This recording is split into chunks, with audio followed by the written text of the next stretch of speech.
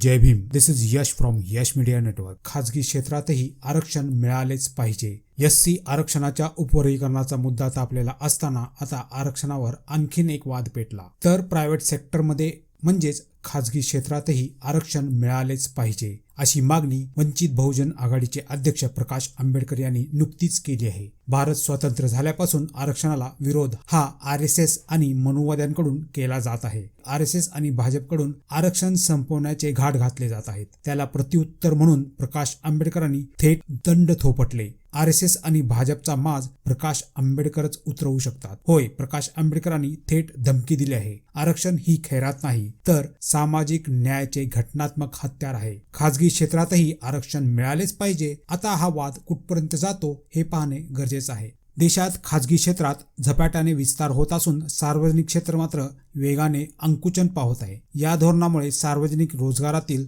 SC, ST आणि OBC यांचे घटनात्मक आरक्षण पद्धतशीरपणे मोडीत काढले जात असल्याचा खळबळजनक आरोप वंचित बहुजन आघाडीचे अध्यक्ष प्रकाश आंबेडकर यांनी केला. या परिस्थितीवर मात करण्यासाठी खाजगी क्षेत्रात आरक्षण आत्ताच लागू झाले पाहिजे अशी आक्रमक भूमिका व मागणी प्रकाश आंबेडकर यांनी नुकतीच X म्हणजेच ट्विटरवर केली आहे. प्रकाश आंबेडकरांनी पोस्ट करत असे म्हटले आहे की मनुवाद्यांनो, लक्ष देऊन ऐका. आरक्षण ही खैरात नाही. आरक्षण ही गरिबी निर्मूलनाचा कार्यक्रम नाही. आरक्षण हे सामाजिक न्यायाचे एक घटनात्मक हत्यार आहे. आरक्षण हे जातीनिहाय आणि मनुवादी सामाजिक व्यवस्थेविरुद्धचे एक सकारात्मक धोरणात्मक उपाय आहे. ज्या व्यवस्थेने भेदभाव व शोषणाला संस्थात्मक रूप दिले आणि संसाधने, संधी तसेच राजकीय व सामाजिक सत्तेच्या वाटपात रचनात्मक विषमता निर्माण केली आणि ती पिढ्यानपिढ्या टिकवून ठेवली. प्रकाश आंबेडकरांच्या या मागणीने मनुवाद्यांचे धाबे दणाणले आहे. आरक्षणाचा डाव हाणून पाडण्यासाठी जो RSS आणि भाजपकडून कट रचला जात आहे, प्रकाश आंबेडकरांनी घेतलेली भूमिका योग्य आहे असं तुम्हालाही वाटतं का? कमेंटमध्ये जय भीम म्हणून सपोर्ट करा आणि हा व्हिडिओ जास्तीत जास्त प्रमाणात शेअर करा.